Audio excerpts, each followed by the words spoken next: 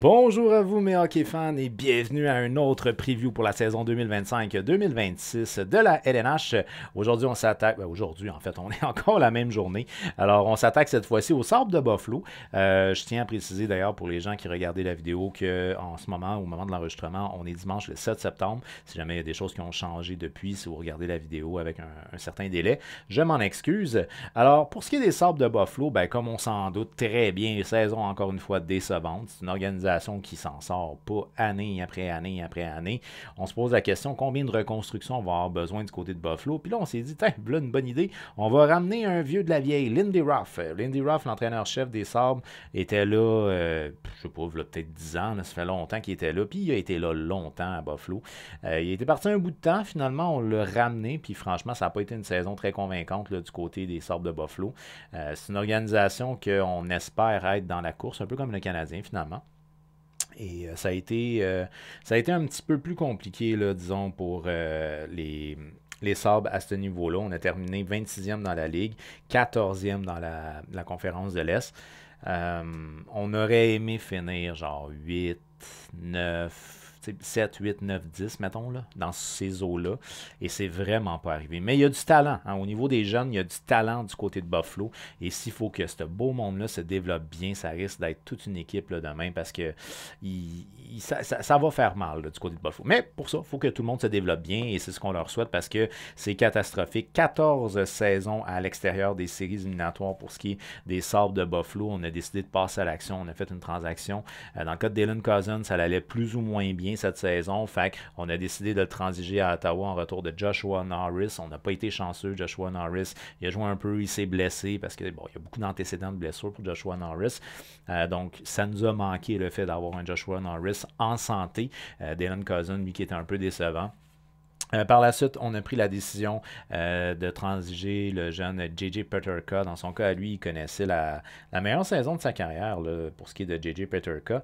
Je sais pas, peut-être que l'intention, c'était d'aller chercher plus de profondeur ou plus de diversité là, en termes de position. Je ne sais pas exactement. J'essaie de retrouver. Ok, il est ici. Donc, 23 ans pour ce qui est de J.J. Peterka. C'est quand même 68 points en 77 matchs. Pour ce qui est de Peterka la saison dernière. Fait que c'est très bon. C'était une très très bonne saison. Puis on a réussi à obtenir dans cette transaction-là quand même le prospect Josh Dunn. Ça c'est intéressant. Un joueur à caractère offensif qu'on a obtenu du Mammouth. Et le défenseur déjà quand même établi, pas vieux, là, mais Kesselring. Kesselring c'est un très grand et gros défenseur, quand même assez mobile. Du côté du Luta, du Mammouth, je pense qu'on voit de belles choses en Maverick Lamoureux. Fait qu'on avait peut-être plus besoin de ce type de défenseur-là. Puis on a aussi un russe, un ou deux russes là, assez costauds qui s'en viennent. Si je ne sais pas erreur, il y en a un. Il joue dans la KHL en ce moment, là, un défenseur qui est russe, qui est à gros gabarit. Fait j'imagine qu'on n'avait plus besoin. Puis sinon, pour l'Utah, c'est un très bon move d'avoir Peterka. Du côté de Buffalo, je questionne un peu, mais si Josh Dunn se développe bien, à ce moment-là, peut-être qu'on va réussir à bien s'en sortir dans cette transaction-là. On a bouché des trous dans cette transaction-là. Alors bref, on revient encore une fois cette année avec le directeur général Kevin Adams, sinon l'entraîneur-chef Lindy Ruff pour une deuxième saison. On a terminé, comme j'ai dit, 26e dans la Ligue et 14e dans la conférence de l'Est. La saison dernière, c'est 36 victoires, 39 défaites, 7 défaites en prolongation pour un meg total de 76 points.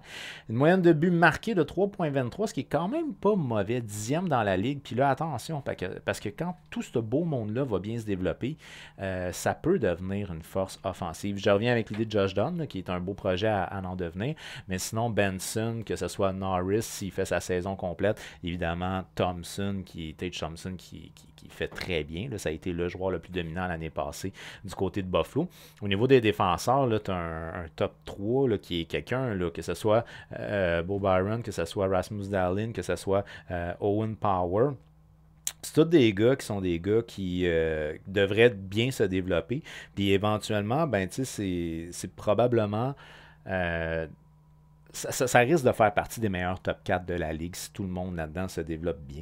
Dans le cas de Bo Byron, c'est 38 points. Alors, il y a quelque chose d'intéressant offensivement du côté de Buffalo. Une moyenne de buts marqués de 3,23. Une moyenne de buts encaissés de 3,50. Ça, c'est un peu plus compliqué. On est 30e dans la Ligue nationale. Ça a été une saison compliquée, là, on va se dire aussi pour le gardien Lukunen. Luukkonen. Où est-ce que j'ai marqué cela? Ouais, donc en 55 matchs, 3.20, 887 d'efficacité. C'était compliqué. Dans le cas de Devon Levi, on veut prendre notre temps puis bien le développer. Mais tu vois, Devon Levi, le temps qu'il a été dans la LNH, ça a été compliqué aussi là, pour ce qui est de Devon Levi. En 9 matchs, une moyenne de buts accordés de 4.12 et 872 d'efficacité. Mais c'est le prospect à développer là, au niveau des gardiens de but du côté de Buffalo. Alors, le meilleur, en avantage numérique, excusez, en avantage numérique, on a un avantage numérique à 18,80% d'efficacité pour le 24e rang dans la Ligue, un désavantage numérique à 76,4 pour le 23e rang dans la Ligue. Donc, on est quand même relativement bien, mauvais, ordinaire. En gros, c'est ça, là, du côté de Buffalo. Le meilleur marqueur a été, bien entendu, Tage Thompson, 44 buts, 72 points pour Tage Thompson, c'est le meilleur pointeur. Par la suite, le meilleur défenseur, je pense, overall, ça reste quand même Rasmus Dahlin. En 73 matchs, 68 points, plus 11, mais comme j'ai dit, il faut quand même mentionner, meilleure saison en carrière pour ce qui est de Bo Byron, 38 points en 82 matchs. Le jeune Owen Power aussi, meilleure saison en carrière, son développement se passe bien, 40 points en 79 matchs. Il a battu ses records pour but à 6 points, là, la totale finalement. Fait que, tu sais, il y a quelque chose de très solide qui s'en vient au niveau du corps défensif de cette équipe-là. Au niveau des espoirs, maintenant, on va y aller avec Isaac Rosen. Isaac Rosen, c'est un ailier droit, ailier gauche de 22 ans, 6 pieds, 174 livres. Pour sa part, il a évolué dans la Ligue américaine la saison dernière. En 61 matchs, il a 28 buts, 27 passes pour 55 points, donc quand même pour un joueur à caractère offensif, c'est un gars qui a un bon maniement de rondelle, bon maniement de rondelle et très rapide. C'est un gars qui provoque des choses offensivement. Entre autres, en séries éliminatoires, il y a quand même 5 buts en 8 matchs là, pour 6 points. Donc, c'est dans la Ligue américaine, j'insiste. Là. Fait que c'est un prospect qui est à développer au niveau de la production offensive lors de son passage très bref dans la LNH. Il a 1 point en 8 matchs pour ce qui est de Isaac Rosen. Par la suite, on va y aller avec Costa Helenius. Helenius est un joueur de centre / ailier droit de 5 pieds 11, 190 livres. Lui, il a évolué, il a 19 ans. Il a évolué majoritairement aussi dans lui, totalement, en fait, dans la Ligue américaine la saison dernière. En 65 matchs, il a 14 buts, 21 passes pour 35 points. Donc, peut-être encore un petit peu de temps dans la Ligue américaine. Par contre, tu vois, en série, 6 points en 8 matchs, c'est quand même très bon. Là. Fait que quand les matchs sont devenus importants, j'imagine qu'il a augmenté son niveau de jeu. C'est un gars qu'on qualifie comme étant un joueur intelligent, un bon playmaker et un joueur responsable dans les deux sens de la patinoire pour ce qui est de Consta Helenius. Par la suite, on va y aller avec Noah Ostlund. Lui, c'est un centre ailier gauche de 21 ans. Il mesure 5 pieds 11, 174 livres. Pas très gros. 174 livres, là, c'est pas... Il a joué au niveau de la Ligue, mais majoritairement, en fait, au niveau de la Ligue américaine la saison dernière, en 41 matchs, 19 buts, 17 passes pour 36 points pour ce qui est de Ostlund. Dans la Ligue nationale, 8 matchs, pas de points.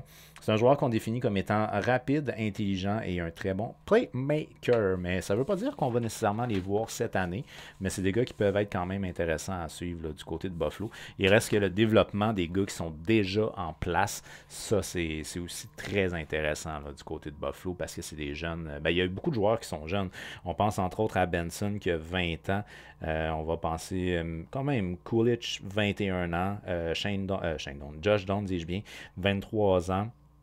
Après ça, Byron 24, Power 22. Fait que c'est des gars qui sont pas tellement vieux. Castelling, il y a 25. Dahlin, il y a 25. Samuelson, il y a 25. Hey, leur défensive est pas vieille.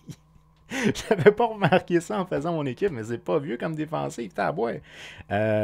24 ans pour Byron, 22 ans pour Power, 25 ans pour Samuelson, 25 ans pour Dahlin, 25 ans pour Castelling. À la limite, tu as Connor Timmins qui est 27 ans. Même Zachary Jones qui a joué du côté des Rangers l'année dernière, 24 ans. Ouf. Ton vétéran, c'est Timmins, 27 ans. OK. C'est peut-être pour ça que c'est compliqué. En tout cas, fait que là, au niveau de l'alignement, bien évidemment, c'est un alignement qui est un alignement projeté, un alignement possible, un alignement que je propose. C'est pas quelque chose qui est coulé dans le béton. Alors, en termes de première ligne, on va y aller avec Benson. Pour sa part, c'est 28 points en 75 matchs, mais c'est un joueur qui devrait théoriquement produire plus offensivement. Là, il est en développement pour l'instant, puis ça se passe relativement bien. Qu'on fait jouer avec, on espère, Josh Norris en santé. Josh Norris, c'est 35 points en 56 matchs la saison dernière. Malheureusement pour lui, c'est un joueur de centre qui est capable de belles choses offensivement, mais il est tellement fragile au niveau des blessures, c'est terrible pour ce qui est de Josh Norris. Tage Thompson, qui est le meilleur joueur depuis quelques années au niveau de la production offensive du côté de Buffalo, 72 points en 76 matchs. Sur la deuxième ligne, on va y aller avec le bon vieux vétéran Zucker, une première saison respectable pour ce qui est de Jason Zucker du côté de Buffalo. En 53 matchs, 73 points. C'est un gars qui peut faire une soixantaine de matchs. Dans le cas de Zucker, on est âgé de 33 ans. Fait que je pense qu'on peut s'attendre encore à une saison de 60 points là, de la part de Jason Zucker. Qui est quand même, c'est une menace. Il y a un bon tir, entre autres. Là.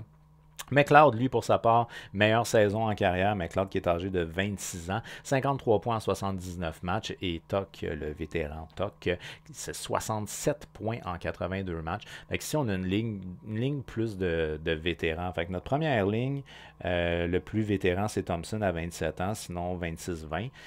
Mais après ça, on a quand même 33, 26, 29. Fait que ça a le plus d'expérience ici.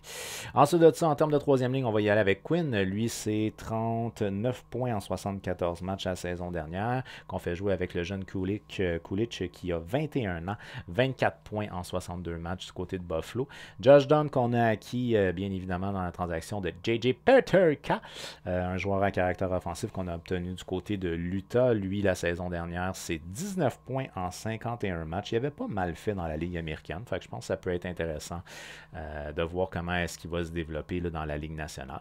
En termes de quatrième ligne, ben là, encore là, on va le souhaiter. On se croise les doigts. Greenway en santé. C'est un joueur de caractère, un joueur qui est capable de jouer fort physiquement. 8 points en 34 matchs la saison dernière. Malheureusement, il a été limité à cause d'une blessure. Puis les blessures, ça détruit les équipes des fois. Peyton Krebs, dis-je bien, Krebs, lui, c'est 24 ans. Donc, 28 points en 81 matchs qu'on fait jouer avec Danforth. Danforth, lui, c'est 21 points en 61 matchs du côté des Blue Jackets de Columbus. Le joueur scratch que j'ai mis, c'est Malinstin. Malinstin, lui, il est âgé de 27 ans. Il a joué un gros 76 matchs la saison dernière avec les Sabres, un maigre 10 points, un joueur de profondeur. On s'entend, les gens. Maintenant, au niveau des défenseurs, ben, c'est là que c'est intéressant, Buffalo. Je pense que défenseur, gardien, là, on a des choses très intéressantes. Quoique, il y a des choses très intéressantes en attaque aussi, mais Bo Byron, lui, pour sa part, meilleure saison en carrière. Évidemment, on se rappelle qu'il était du côté du Colorado anciennement. 38 points en 82 matchs pour ce qui est du défenseur. Rasmus Dahlin, 68 points en 73 matchs. C'est le meilleur défenseur de cette équipe-là. C'est un gars qui est tellement beau à voir patiner, tellement fluide. Je suis sûr qu'il a fait des cours de patinage artistique par le passé.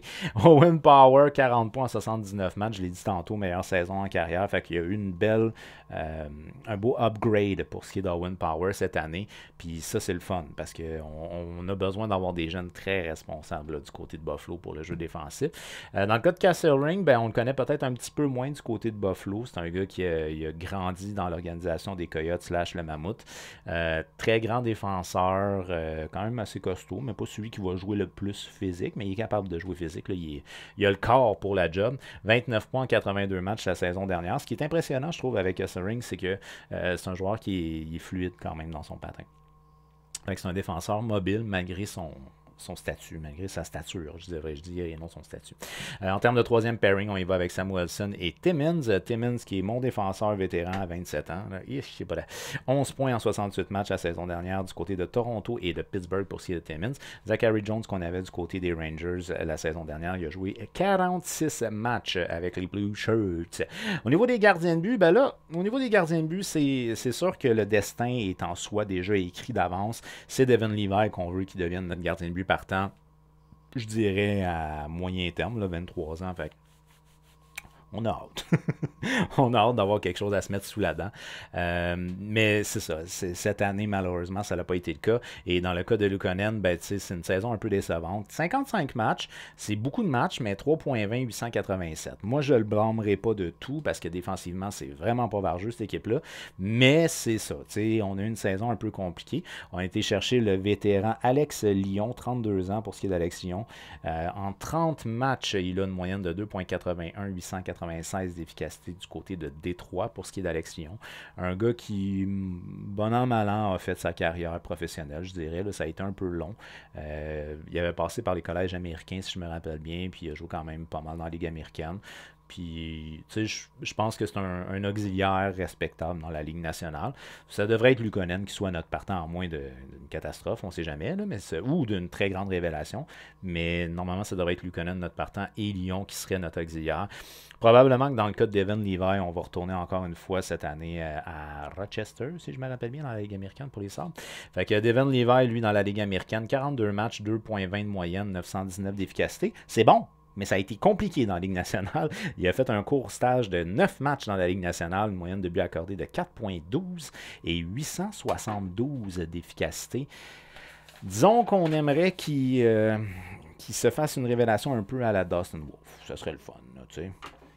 Fait que, bref. Les Sabres de Buffalo. On va y aller avec une prédiction. Donc, nouveau cette année, j'ai décidé d'y aller avec des prédictions. Est-ce qu'ils vont être en série et quelle position au niveau de la division? Je vous invite, bien entendu, à partager cette vidéo-là et à faire un j'aime, puisque on veut être un maximum de hockey fans, à jaser de hockey, ça serait cool. Puis, voir les prédictions de tout le monde aussi, ça peut être vraiment très plaisant. Fait que, gênez-vous pas, mettre les prédictions. Est-ce qu'on fait les séries du côté de Buffalo? Puis, à quelle position on finit dans l'Atlantique? En commentaire, juste en dessous. Moi, j'y vais avec ma prédiction et d'après moi, non. Les Sabres ne vont pas faire les séries encore une fois cette année. Je ne crois pas qu'on a apporté les changements nécessaires et surtout, moi, je pense que Lindy Ruff, il faut passer à autre chose, les boys. Il faut penser loin, tu sais. Vieille école. Il faut penser loin. Fait que je pense pas que ce soit le bon move qui a été fait. Mais que veux-tu? Hein? Ainsi va la vie. C'est lui qu'on a comme entraîneur-chef. Au niveau de la division, si j'ai des mauvaises vibrations pour les Bruins de Boston que je fais finir dernier, j'ai pas des excellentes vibrations pour les Sabres de Buffalo non plus et je les fais finir 7e dans l'Atlantique. Ça va être encore une saison difficile. Hey, les fans de Buffalo, là, je suis de tout cœur avec vous. Ça n'a pas été évident. Alors, un gros merci d'avoir regardé cette vidéo-là. On n'oublie pas, on fait un petit j'aime et on la partage pour qu'on soit un maximum de hockey fans à jaser de hockey. Et surtout, on active la petite cloche puisqu'il y a d'autres aperçus pour la saison 2025-26 qui s'en viennent de la LNH très prochainement. Alors, restez à l'affût et on se revoit très bientôt.